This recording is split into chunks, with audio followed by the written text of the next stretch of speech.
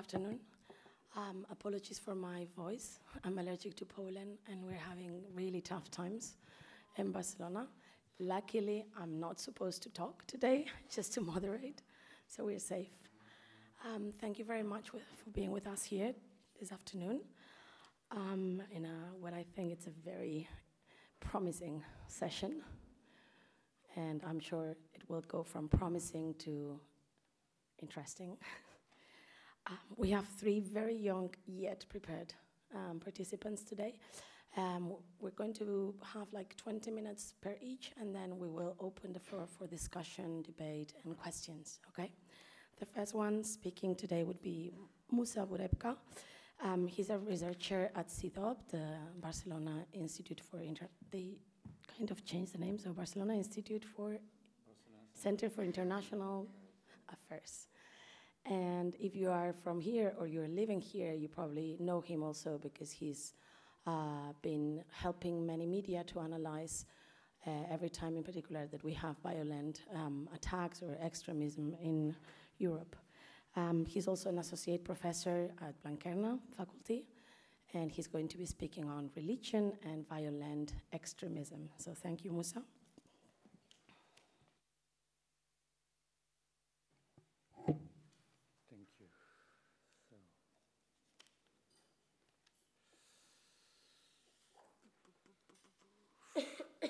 So good afternoon, everybody. Thank you, Sonia, for the introduction, and thank you to IEMed and Blanquerna for offering me the opportunity to share some first insights. So basically, as Sausen Najar is going to talk about PV in Morocco, and Ibrahim will address another practical case, which is the one of New York City. In my case, I will just try to lay the theoretical foundations or to give you an overview of the debates that we have over the role of religion in radicalization and to which extent religion does act as a driver to violent extremism. So to start with, I would like to share with you this image because this is something which happened 4 years ago and 4 years and 1 week ago. On the 24th of March 2015, there was a flight from Barcelona to Düsseldorf that literally crashed in the French Alps. And during that day, it was basically 2 or 3 months. It was 2 months after the attacks against Charlie Hebdo, and that was somehow the new wave of terrorist attacks in Europe.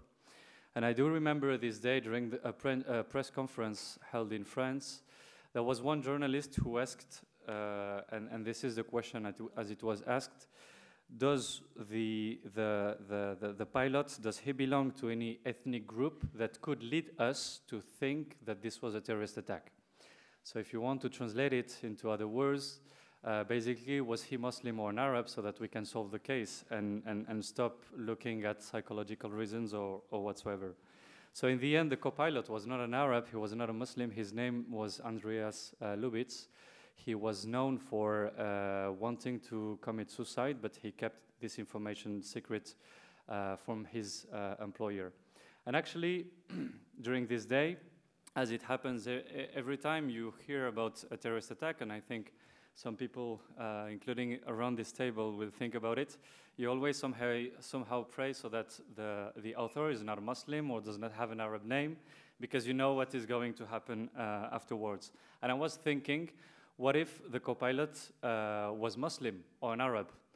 Did he have the right to let us have a sort of psychological approach in order to look for reasons that pushed him to commit this? Or would we have included as a hypothesis the fact that maybe he had some suicidal tendencies? So this question to me actually shed light on two dominant trends that we have when it comes to analyze the process of radicalization, especially since 2014, 2015, with the new wave of ISIS-inspired terrorist attacks in Europe.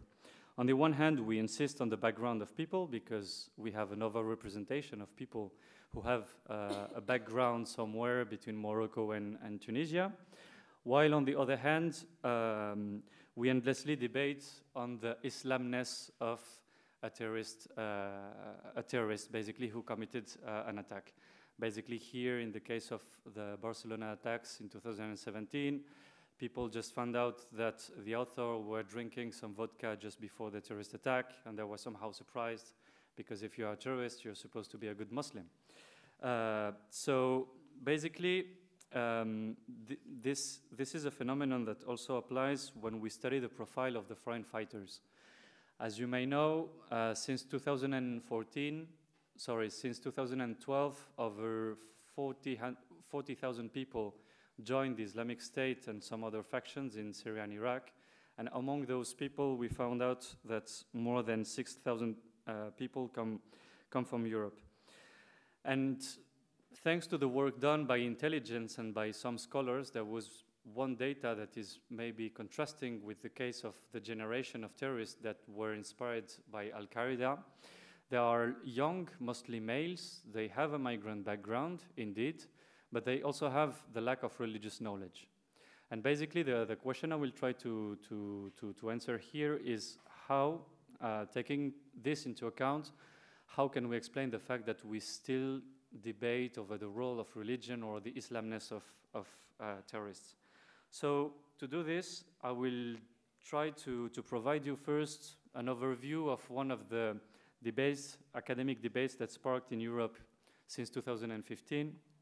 Then I will explore the links between ideas and violent actions. And finally, I will provide you with some practical examples in the EU context. I will not elaborate on the practical examples because I think that Sausen and Ibrahim will do it much better and in a more detailed way. So first, before dealing with the phenomenon, let's take somehow a consensual definition of what we call radicalization as a process. So it's a personal process in which individuals adopt extreme political, social, and or religious ideals, and where the attainment of particular goals justifies the use of indiscriminate violence. On the other hand, Peter Newman actually shed light on 5 factors and dynamics that almost always appear when we talk about radicalization.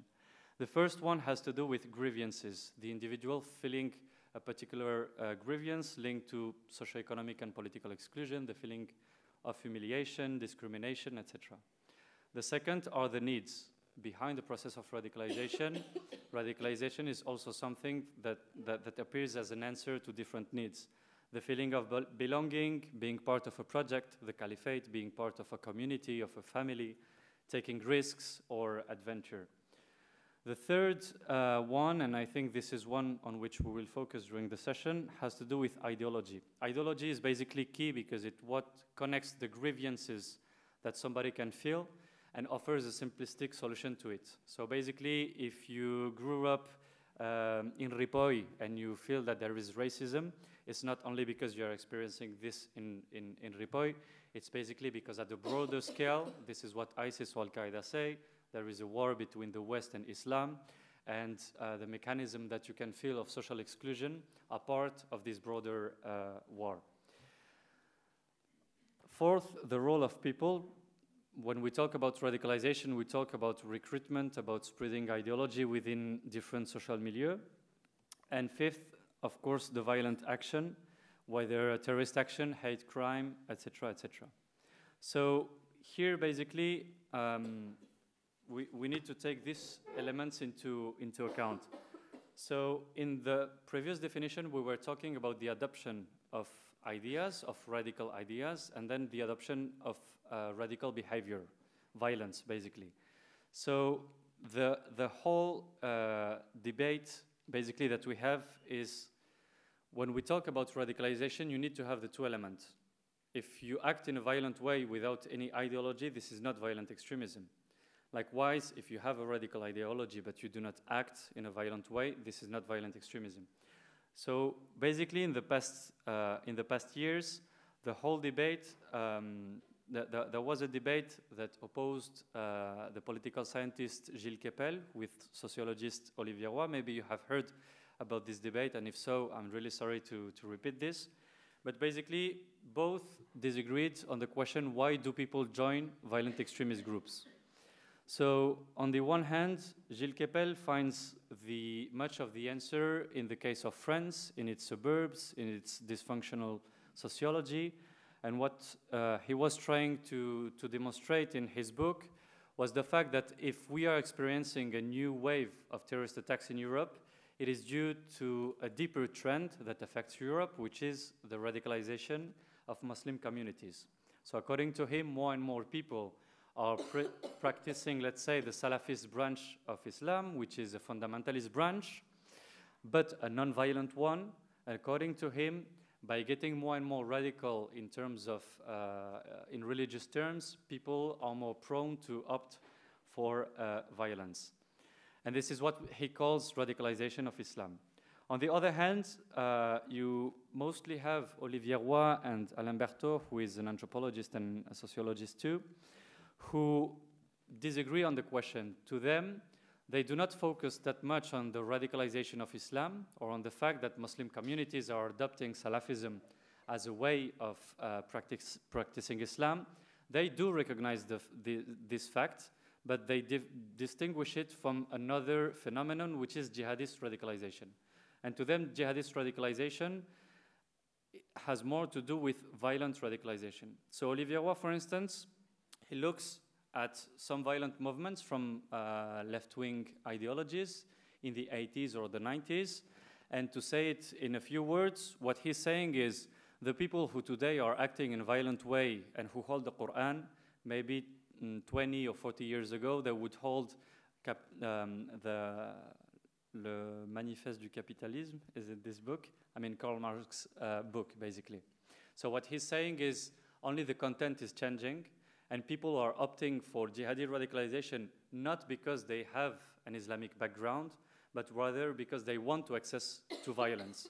And why is it this ideology? Because it's the anti-system ideology, number one, on the ideological market, if we look at it today.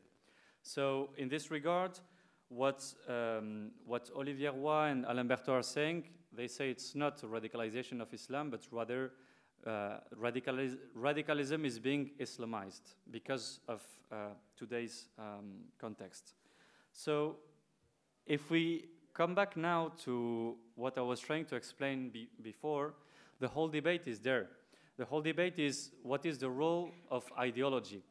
So if we focus on the perspective adopted by Gilles Kepel is somehow assuming a sort of direct relationship. When he talks about radicalization of Islam, to him it is ideology what drives people to opt for terrorism. While in the case of Olivier Roy and Alain Berthaud, what they say is someone can adopt radical ideas, but this does not imply that you will adopt a violent behavior. So if we had to sum it up, the debate is not so much on whether radicalization has to do or not with Islam, but to which extent Islam per se is a key factor that helps to explain the process of radicalization. And actually, this debate is part of a much broader debate on the relationship between ideologies and action. And indeed, when we talk about violent radicalization, we tend to assume that the simple fact of adopting violent ideas is what drives people to opt for violence. And you have many concepts that we read every day, not only on Twitter, but also in some books, also in some news. Express radicalization, online radicalization, or even self-radicalization. Somebody sits just behind Facebook and he becomes radicalized from a day to another. So since the Madrid attacks in 2004, and even more since 2014 and 15 with the new wave of terrorist attacks, several models were developed by scholars, policymakers, and practitioners in order to better understand what was radicalization and how to counter or to prevent it. So I will provide you a few examples that come from an article from my colleague, Diego Muro, who works also at CEDAW. So just a few examples, and I don't want to elaborate on this. So you have one of the models that is used is the 4-stage model, conceived by Randy Borum, where basically the process starts with a grievance. Somebody experiences a grievance, something which is not right.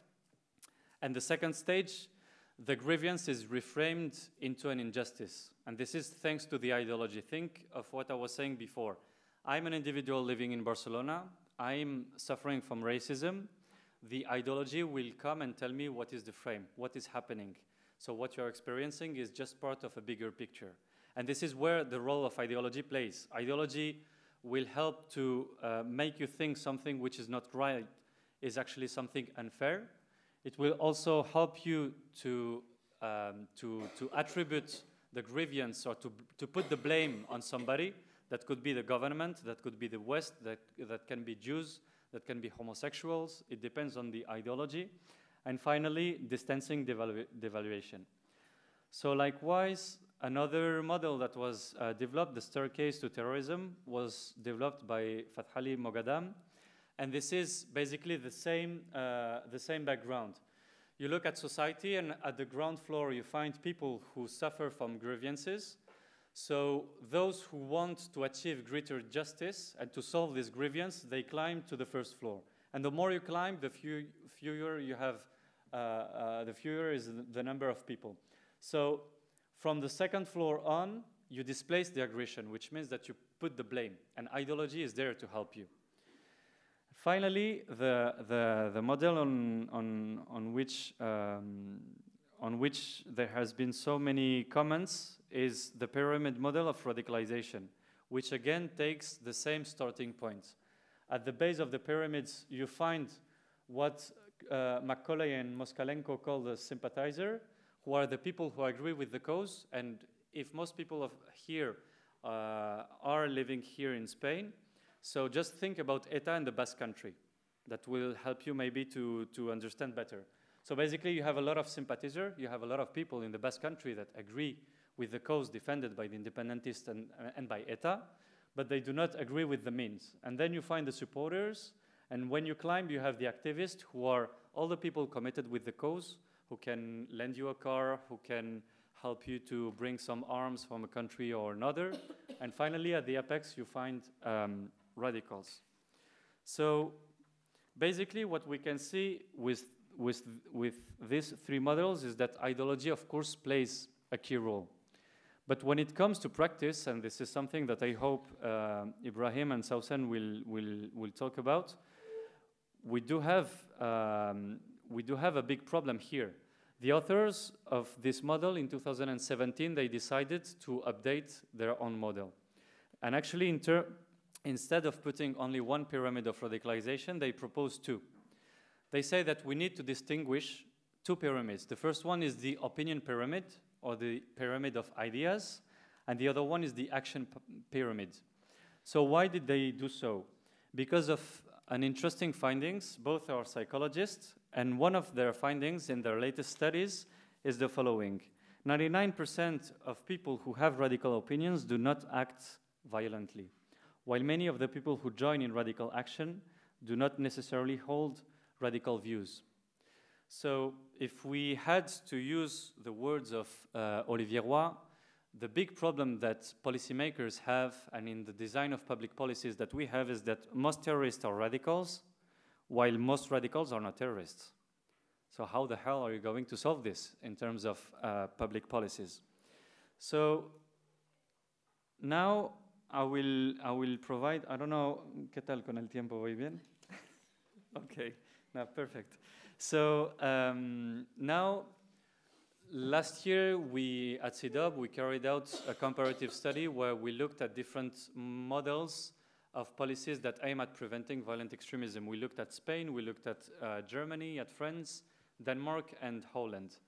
And despite of what I was explaining before, what we notice in the case of public policies is that, as said before, we do not have a direct relationship or a direct link between the adoption of violent ideas on the one hand and the adoption of a violent behavior.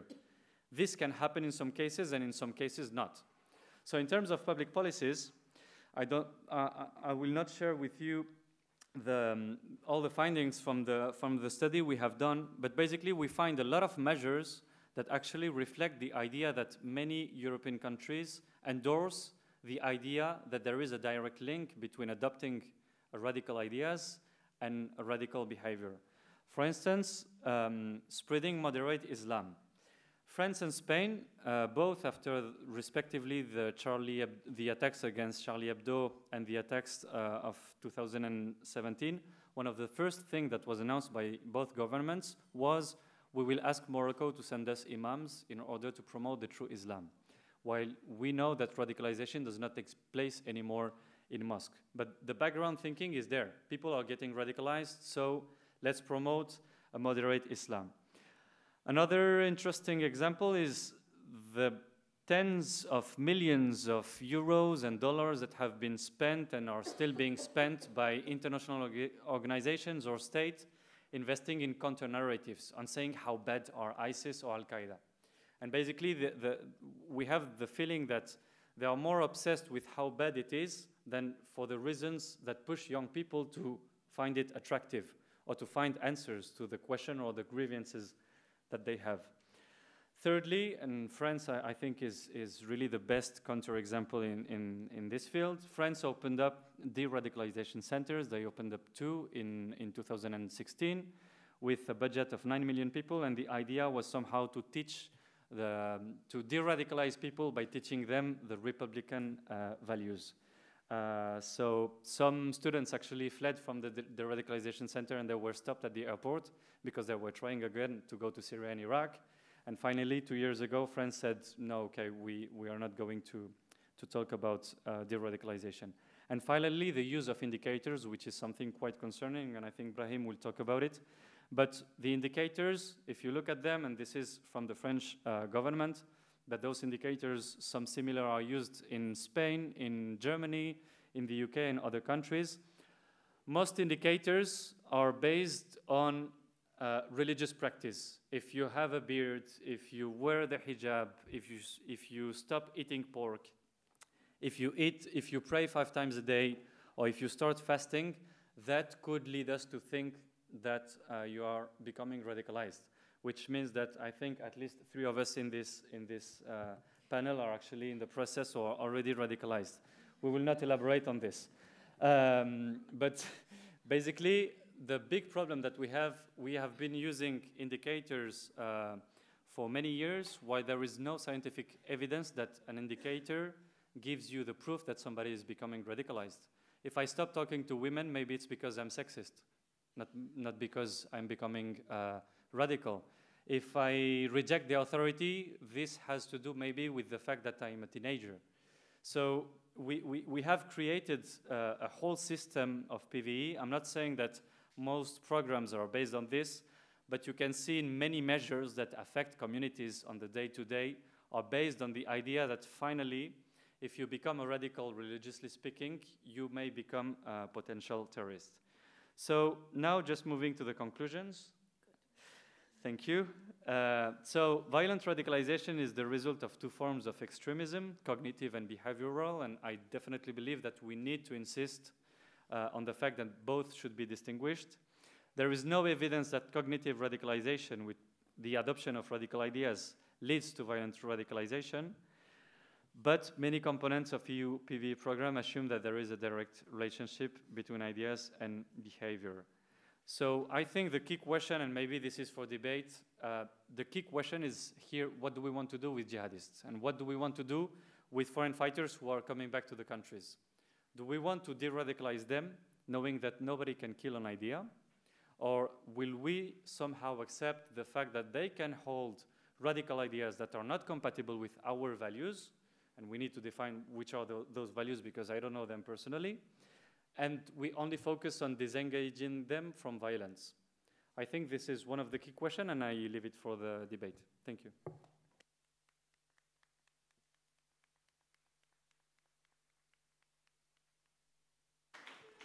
I had a contradiction myself because I wanted to listen to what you were saying, but I had to stop you. Thank you so much. It's always very clarifying to listen to Musa. I think it's now a turn for Ibrahim. You prefer to speak before? Yeah, I'm fine. So Nauzin is going to speak then first. Nauzin Nejar, is that correct? She's a DPhil candidate at the Oriental Studies school in Oxford University. And she's also a research fellow at the Moroccan Institute for Policy Analysis. So whenever you want, thank you very much. Thank you very much. So Moussa, you talked about the lack of knowledge, of religious knowledge, and that's where Morocco's case comes to play. So before I start actually talking about Morocco's religious approach in preventing violent extremism, I would like to share with you Morocco's legal definition of the term terrorism, which can be found in Article 3.3.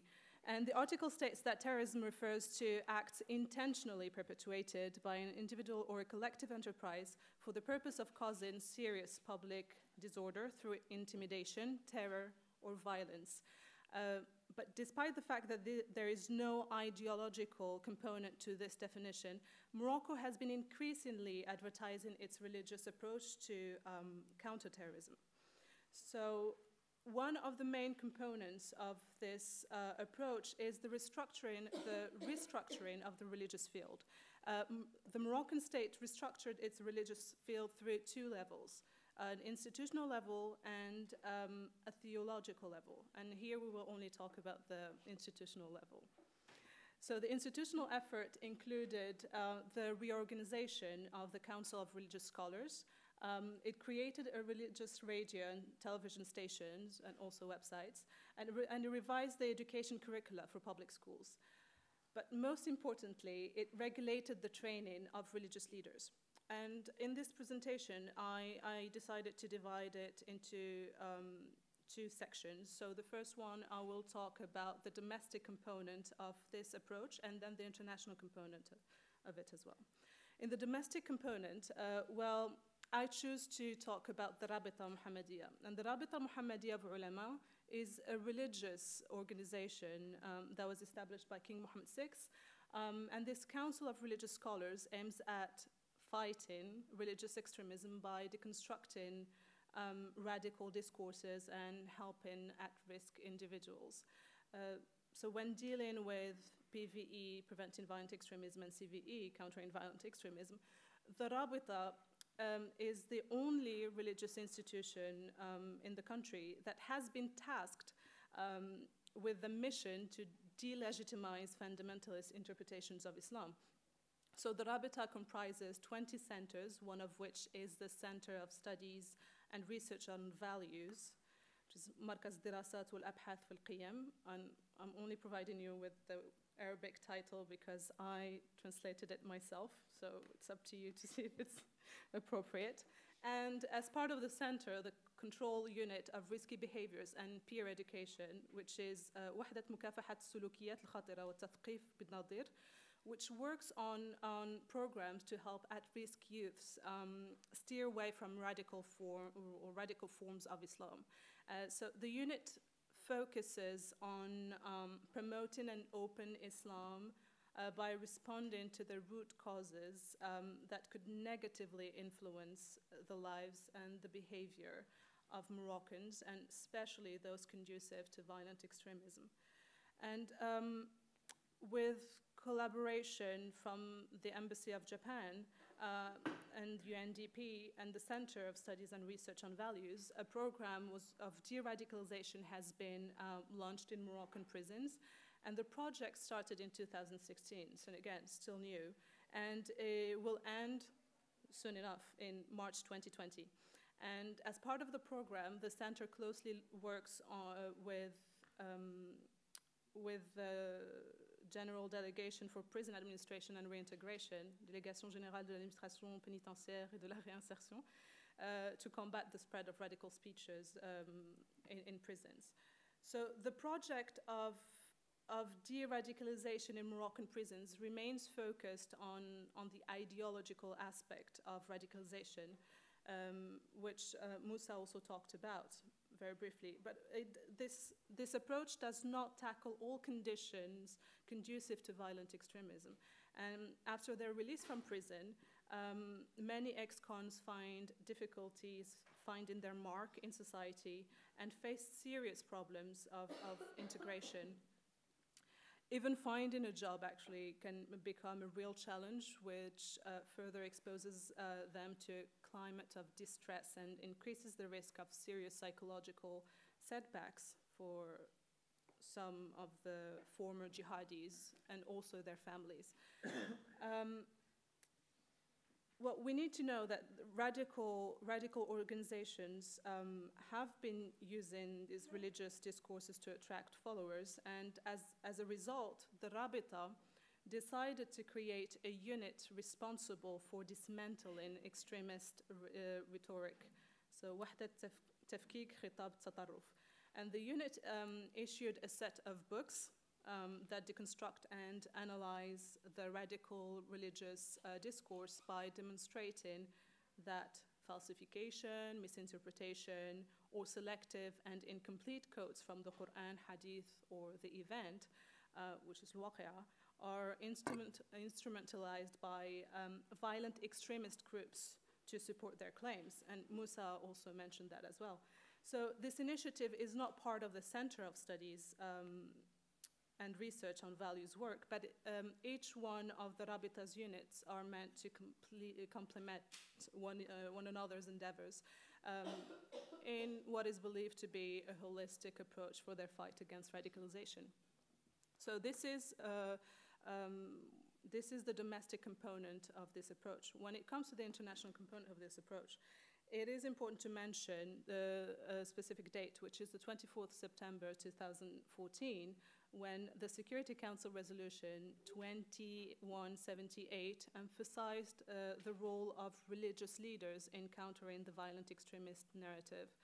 And 6 days later, in an open briefing held by the United Nations in New York, the Security Council Counterterrorism Committee, CTC, discussed what was titled Countering Incitement to Commit Terrorist Acts Motivated by Extremism and Intolerance, the Kingdom of Morocco's Approach and Experiences of Other African States. So here, it's important to speak of the Mohammed VI Institute for the Training of Imams and Murshideen and Murshidat.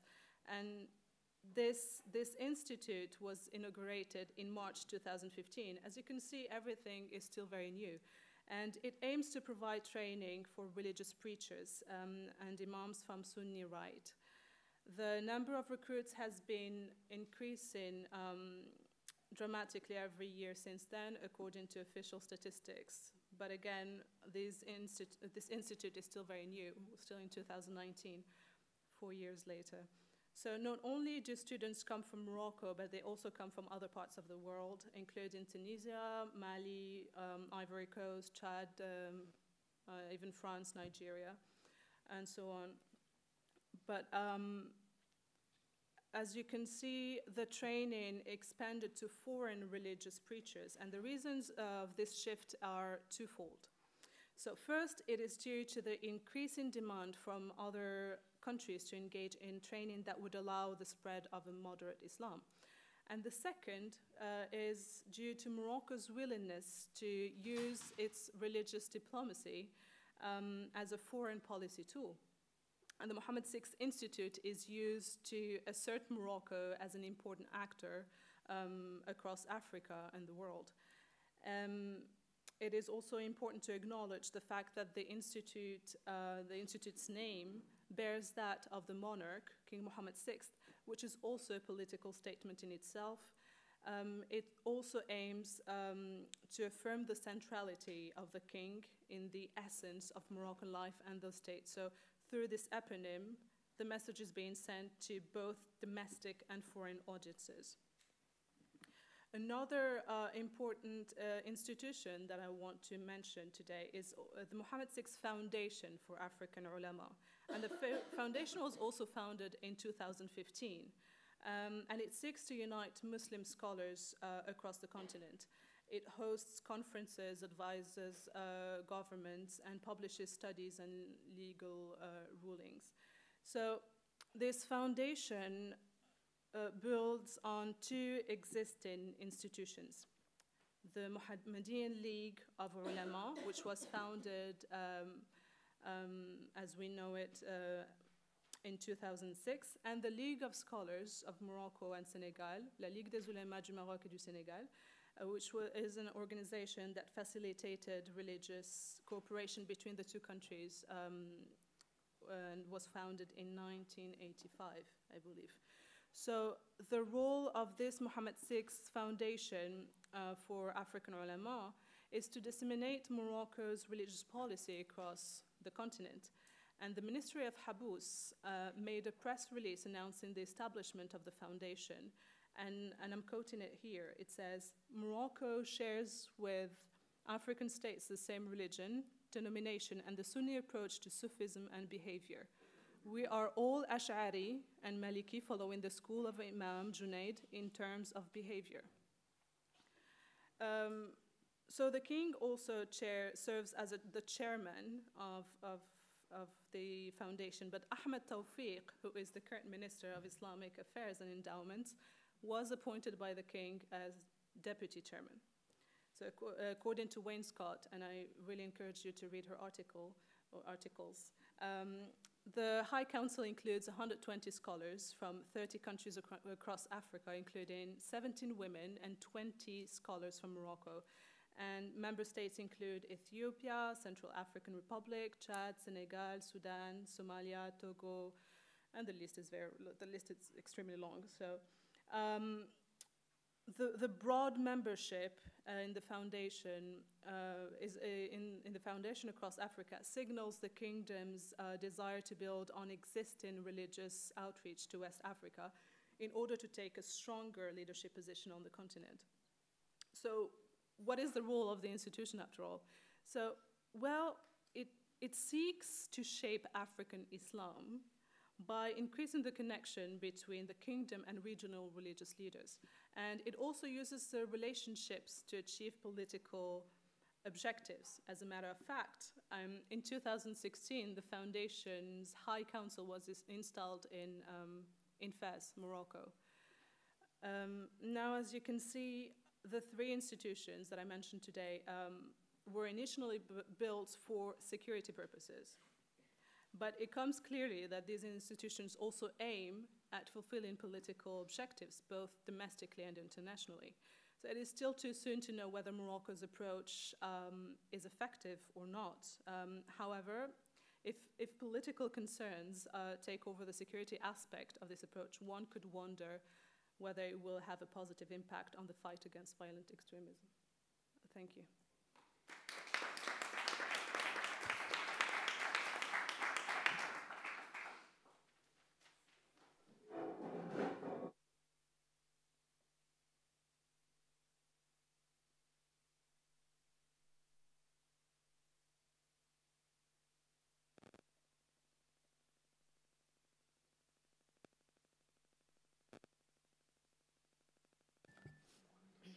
So, thank you very much, Nozen.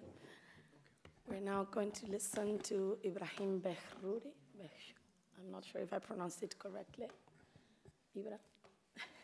So he's a PhD candidate at the Institut Français de Géopolitique, and he's also a lecturer at Paris 8 University and Versailles, I can't pronounce this, Versailles Saint-Quentin and Yvelines University. So thank you very much, Ibrahim. Here, thanks to IEMed for having me here. Hello, hola, bonjour, assalamu alaikum wa rahmatullahi wa barakatuh. You already lost 3 minutes. Yeah, that was, it's usual, Moroccan long introduction.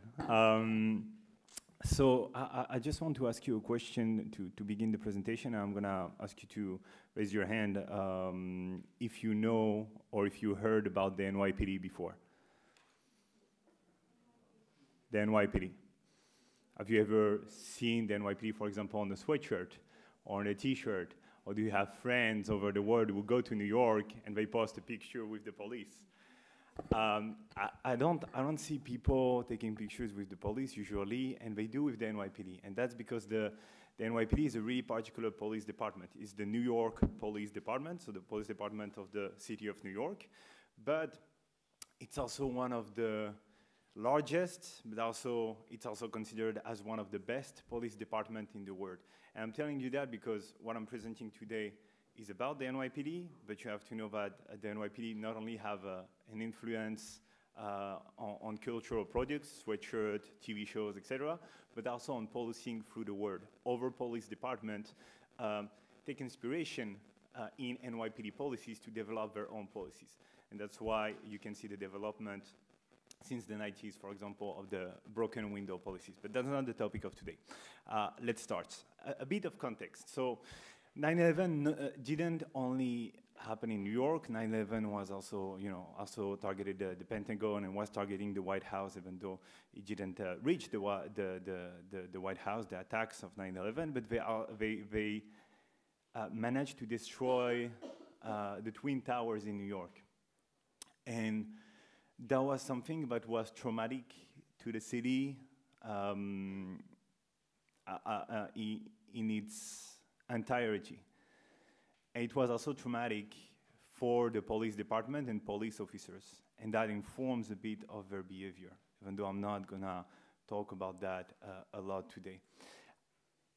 It was also lived by the New York Police Department as a treason or as a let down by the FBI and the CIA, because the FBI and the CIA, according to the 9/11 Commission report, knew that attacks were gonna target New York, but because they were engaged in a turf war, they decided to not work together, and because of that, they weren't able to stop the attack before it happened.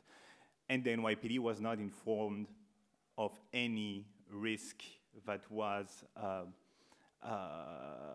targeting the city they had to defend. So after 9/11, they decided to do something simple, to develop their own capacity to respond to terrorism. And they did that by militarizing the police department, giving military equipment to officers, getting the capability to destroy planes with missiles. They also invested a lot in surveillance technologies, camera, facial recognition, etc. But what is more important for today's presentation is that they developed a large network of informants, people going into Muslim neighborhoods and spying on Muslims. They did research, and they did research on the particular theme of radicalization. They produced a lot of analysis on what was terrorism on a day-to-day basis, what was happening over the world, and they engage in PVE, CVE policies that are often conflated and that are not really separated by clear definitions, and that's why I allow myself to say PVE, CVE here. So the outline is as follows. We're first going to talk about radicalization in the West, the homegrown threat. That was the report that the NYPD, the scientific report that the NYPD put together about the question of radicalization. Then we're going to see how the NYPD identified Islam as interesting, or maybe Islam's of interest. I'm looking at later here. We're also going to see how the NYPD came up with a geography of radicalization, with some spaces that are more at risk of radicalization, or in which individuals are more at risk of being radicalized than others. And to end the presentation, we're probably going to end on that, and how those things, the way the NYPD developed its radicalization model, intersect with PVE and CVE. If we have some time, I will also touch on the effects of the NYPD surveillance and radicalization theory on Muslimness, on Muslim beliefs and practices. So, radicalization in the West, the homegrown threat. It was a report written in 2007. It's part of the, let's say, first wave of studies that came after 9/11 to study the topic of radicalization. It was the only scientific report ever written by the NYPD at that time. It was one of the only ones that was produced by a law enforcement agency and public, available to the public. They put it on their website. It had a huge influence on the way police departments over the world saw radicalization. one thing that is interesting about this report is that it was only taken down in 2017 after a lawsuit by the Muslim community. And that's interesting because this report had been debunked by many scholars since then, since its publication in 2007. It was mainly debunked because it was seen as simplistic, looking at very simple answers for radicalization. There is some nuance in the report, there is some interesting ideas. For example, there are ideas of a particular event that could happen in the life of an individual and bring him or her, them to radicalization or political violence. But mostly it was based on that thing that you see on this TV. It's a 4-step radicalization process that is really linear, meaning it's coming from A to Z through 4 steps: pre-radicalization, self-identification, indoctrination, jihadization. Pre-radicalization concerns literally every human being in the world because it's identified as the stage in which an individual is at before he gets in contact with an ideology that radicalizes them.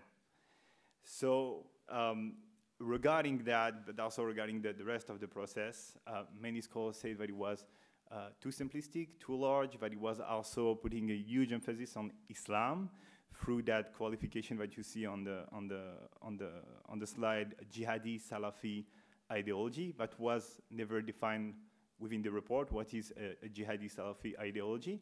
But they did give within the report a certain number of indicators of radicalization. And we just talked about, Moussa just talked about that, giving the French example of that, infographic that said if you stop eating like French bread, you're radicalized. The NYPD wasn't more nuanced in the indicators it gave to show how someone could become radicalized. So they identified male Muslims as a population at risk, male Muslims under 35, praying 5 times a day. So for now, it's pretty much me. Growing a beard.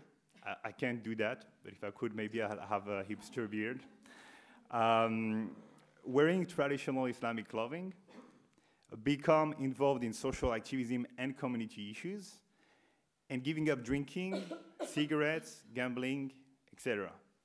There is a lot of things that are problematic here. I'm not gonna spend too much time on that. Let's just look at the 2 last points. Becoming involved in social activism and community issue. This is highly problematic because those are activities that are protected by the US Constitution. Giving up drinking, cigarettes, gambling, etc. It has been proven again and again, but those are not indicators of radicalization. As a matter of fact, I was speaking with Moussa yesterday, and he told me that the person who used a truck in Germany to commit an attack and tragically kill many people was under surveillance by German services, but they stopped surveilling him because they learned that he was drinking. But the NYPD didn't only use radicalization in the West to define what was radicalization. Also decided to define Islams of interest. Islams of interest through ancestries of interest. This is a secret document of the NYPD that was revealed by the press. And it's a list of nationalities, ethnic group that were seen as at risk of radicalization by the NYPD. So you have nationalities like, or countries like Egyptian, and you have also ethnic groups like American Black Muslims. I made a map of those ancestries of interest, and if you look at this map, you will see that it covers most of what is called, erroneously in my opinion, the Muslim world, but it doesn't cover West Africa. And that point is interesting because that's a point of nuance that the NYPD had, at least when he produced this document in 2006, 2008. We don't know exactly when, but it was around that time. They perceived West African Muslims as good Muslims, as moderate Muslims, because they were Sufi, because they were wearing clothes that were not seen as traditional Islamic clothing because it was colorful, etc. So those are racist, exoticizing ideas, but that's the way the NYPD was justifying that, and I was able to confirm that through my interviews during my fieldwork. What is interesting is that then the NYPD, within a precise territory, was spying on some Muslims and not spying on others. I don't know if you ever went to New York, but this is a map of Manhattan, kind of on the side. You can see Harlem, and in Harlem there is a small area that is called Little Senegal. And in Little Senegal you have West African Muslim communities, first and second generation, and you also have black Muslim communities, black American Muslim communities. This is Imam Suleiman Konate, who is a community leader. He's going out of One Police Plaza, which is the NYPD HQ. That picture was taken just after the surveillance program of the NYPD was revealed. At that point, most of the community was not engaging with the NYPD. They were demanding response. And what you see here in the front is Muslims protesting the NYPD surveillance that was revealed by the press. But Imam Suleiman Konate went to talk with the NYPD. Why? Because the NYPD didn't put as much pressure on that community, and also because the NYPD engaged with West African Muslims through outreach program, more so than with other communities, because they were seen as potential partners to fight against terrorism, because they were the good Muslims. On the contrary, if you look at this picture, that Suleiman Konate is an imam in Little Senegal. This picture was taken in Harlem, close to Little Senegal, or in Little Senegal, depending on how you identify that or define that territory. And it's, okay, I'm gonna rush. It's a picture of the Mosque of the Islamic Brotherhood that was protesting. It's a black American mosque that was protesting the surveillance program of the NYPD.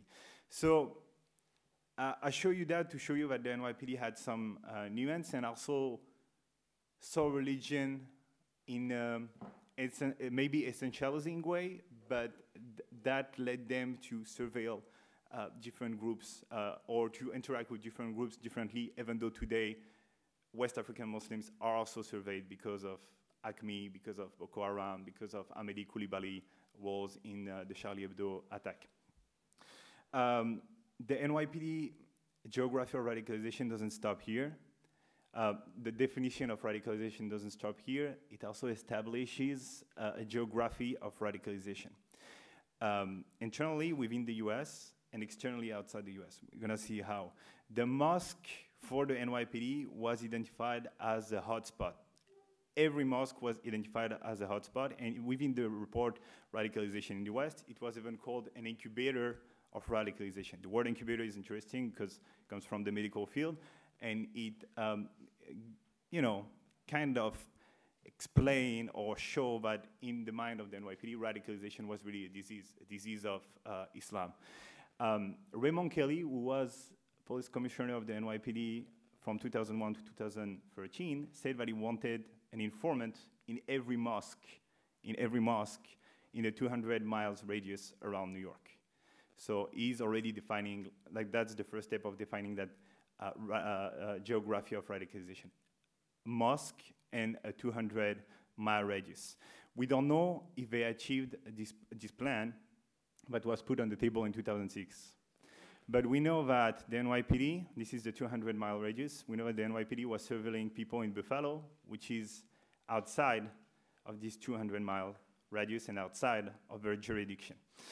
The NYPD defined that geography of radicalization through precise mapping of neighborhoods. These are the mosques that were put under surveillance by the NYPD at that time. What is interesting, if you look at the picture on the right, the picture of the sandwich shop, is that even places that were not mosques and that were surveilled by the NYPD were often linked with the idea that they were close to a mosque or that they were closing for Friday prayer.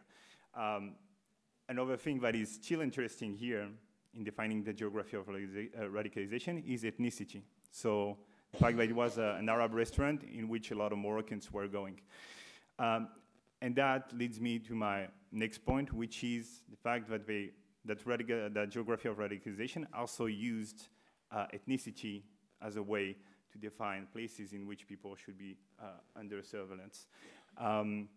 This is the Egyptian location of interest report, and it shows all the places in which Egyptians were going or owned by Egyptians that were under surveillance by the NYPD.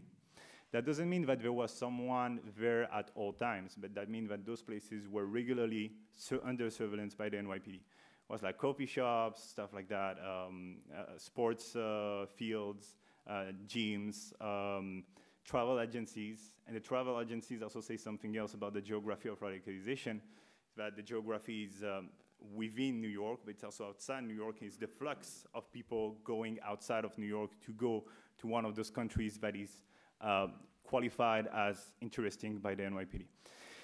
I'm gonna rush through that, how those things intersect with CVE and PVE. The first way in which it intersects with PVE and CVE is that PVE, when it's led by the NYPD, takes the form of community outreach or community programs. For example, to fight against violence towards a woman. And it has been shown, and I've seen that during my interviews too, that people going to those programs, NYPD officers who were participating in those outreach programs and are still participating in those outreach programs will often write a report about what happened in the mosque, who was there, who was not there, who was interested, was not interested during those times. And I didn't get a response as to know if those reports made for community outreach were accessible by the intelligence division that was in charge of surveilling the Muslim community. Those two pictures are interesting too because it shows, so the first one, it's an Arab team, an Egyptian team actually, who won the sports league organized by the NYPD. And that was in 2009. In 2013, a West African team won the tournament. It's not that the tournament was rigged, it's that those guys were not participating in the tournament anymore. Because the revelation from the press came out, and so a lot of Muslim communities that felt targeted stopped working with the NYPD, which asked the question of how those programs actually damage the relation between the police department and the community, and impeach any kind of soft counterterrorism measures through PV or CV. Do I have time for a last point? Okay, 2 minutes, perfect. So I think we have to also be cautious about the soft nature of PV and CVE, because I think it's not always soft, and that's one element among many that leads me to state that. For me, PVE, preventing violent extremism, so preventing someone before it happens, also include what I call dissuasion. And dissuasion was a tool that was used by the NYPD. Samuel Raskoff, I put the reference of his academic article here, is now a professor at NYU. But before he was an analyst for the intelligence division of the NYPD. And after leaving the NYPD, he went to NYU, he wrote this article that is called Counterterrorism and New Deterrence, and he explains that maybe surveillance doesn't work because the NYPD didn't stop any terror attack thanks to its surveillance, according to its own spokesperson. But it creates some things within individuals, chilling effects that make them stay in line. Surveillance might not be effective, but if you feel under surveillance, you won't even think about engaging in political violence, etc. Abad Neves, another officer of the intelligence division, speaking about the militarized unit of the NYPD, so officers with military equipment, said that the response we usually get is, holy shit, that's the reaction we want. We are in the business of scaring people. We just want to scare the right people. Having militarized officers have very little chance of stopping a terror attack. but the sheer vision of those people with military gear will keep people in line. And of course, the right people here, according to the theory of radicalization of the NYPD, might very well include Muslims, even though I think it also includes other segments of the population. So I'm not going to go through the effects on Muslim names, and we can talk about that later. Just going to let you on those two Twitter screens. As you might know, 2 weeks ago, I think there was an attack in Christchurch in New Zealand, in which someone targeted a Muslim mosque and killed, I think, more than 50 people now. And that sparked a really interesting debate within the New York Muslim community, because part of them were like, oh, the NYPD sent police officers with military gear in front of mosques to protect them from a possible attack coming from white nationalists. And part of the Muslim community of New York was like, oh, that's great, the NYPD is protecting us, thank you so much, etc., etc. That's what the picture on the left, the tweet on the left says. Tweet on the